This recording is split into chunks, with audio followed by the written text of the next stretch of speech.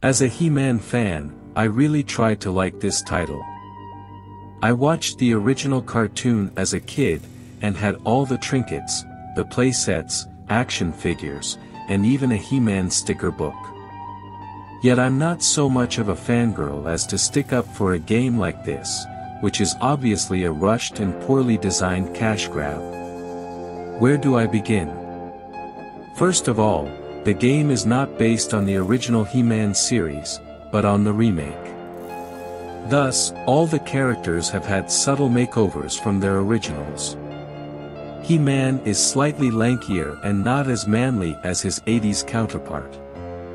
Despite cosmetic differences, however, the cast of characters will certainly be familiar.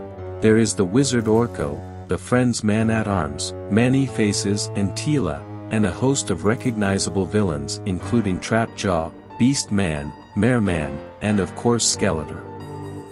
Despite the slightly disappointing He-Man, general manliness abounds everywhere, since most of the characters have man somewhere in the name. It's really quite overwhelming. I was hopeful for the game as the title screen loaded up and erupted with He-Man's famous cry, "I have the power." Then, puzzlement. He-Man begins his quest at Castle Grayskull, where he must both locate Man-at-Arms, who has apparently wandered off somewhere, and defend the castle from a host of skeletons that are attacking it. The first level wasn't bad, but wasn't great. I was hopeful that things would improve throughout the other 11 levels. Unfortunately, aside from a few flashes of inspiration, they didn't. There is no overall story arc to the levels. Instead, they are a collection of disjointed scenarios where He-Man is usually sent to rescue one of his friends who can't ever seem to stick up for themselves and get abducted every time He-Man turns his back on them. Man-at-Arms, Cringer, Queen Marlena, Stratos, Man-E-Faces, then Man-at-Arms again. The Man-E-Faces level was particularly disappointing.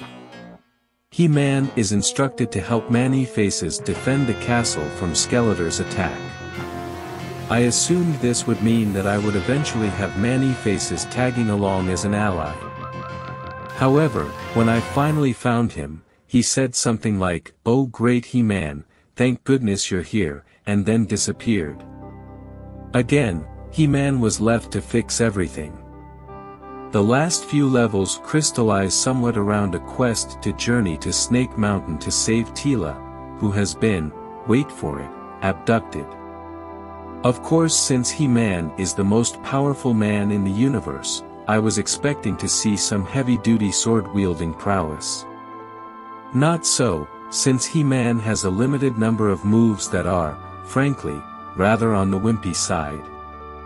The A and B buttons jump and swing the sword respectively, while holding L causes H-Man to sprint and are blocks.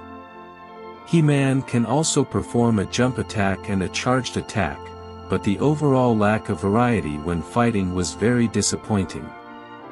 The jump attack is quite problematic when fighting enemies who hit back, because they always seem to hit when He-Man is in the air, defenseless, before he has a chance to swing. The charged attack takes too much time, and is therefore unrealistic for the same reasons. The fearsome foes sent to stop He-Man all have the same unsophisticated attack pattern of charging head-on, pulling back, and attacking again ad nauseam. They frequently cheap-shot, and are generally only vulnerable to hits right after having attacked. As a result, He-Man must adopt a similarly repetitive and unimaginative strategy for defeating them, which consists of blocking the enemy's attack, striking with the sword, blocking the enemy's attack, and so on, until the enemy dies, which is often after 5, 6, or even 10 hits later. This strategy is the same for defeating most bosses, although the Mare-Man and Beast Man did stand out as being slightly more challenging. Masters of the Universe is an action game that uses one of those quasi-top-down perspectives where the camera is above the player so that all the terrain looks like it's on an angle. This makes jumping absolutely hellish. I hate to go as far as to call the game glitchy in this respect, but something was seriously wrong with the jumping nevertheless. Sometimes when close to a ledge, pressing the jump button would do nothing at all and He-Man would remain firmly on the ground.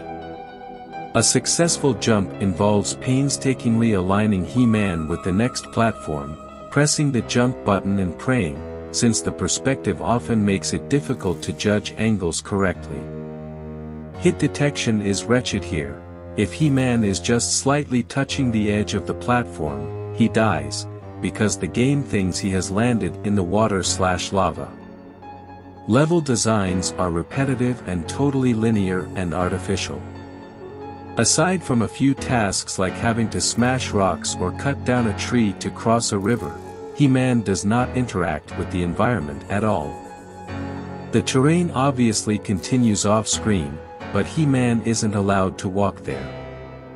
Even the most elementary of games will usually put in a row of fake-looking trees or an out-of-place rock formation to contain the gaming terrain.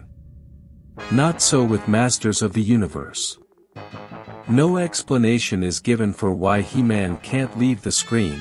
We are just expected to accept it and subdue our curiosity about what lies beyond. The exploration, and I use the term very loosely, levels all consist of finding keys that unlock new areas, which then allows He-Man to progress through the level to the boss, which he must then defeat. The problem is that there is not always a logical reason for fighting the boss, except that the boss is there. Ooh, there's Lockjaw hanging around across the river. Why don't I go and fight him? Because I'm He-Man, and that's what He-Man does.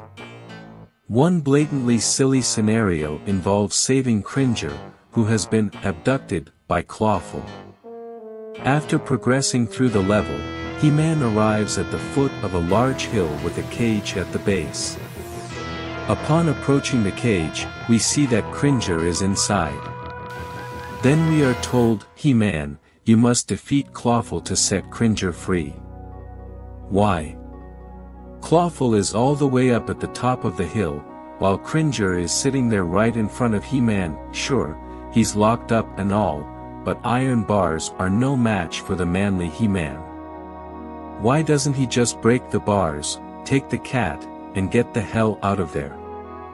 But no, he has to climb all the way up a hill and fight a pointless battle.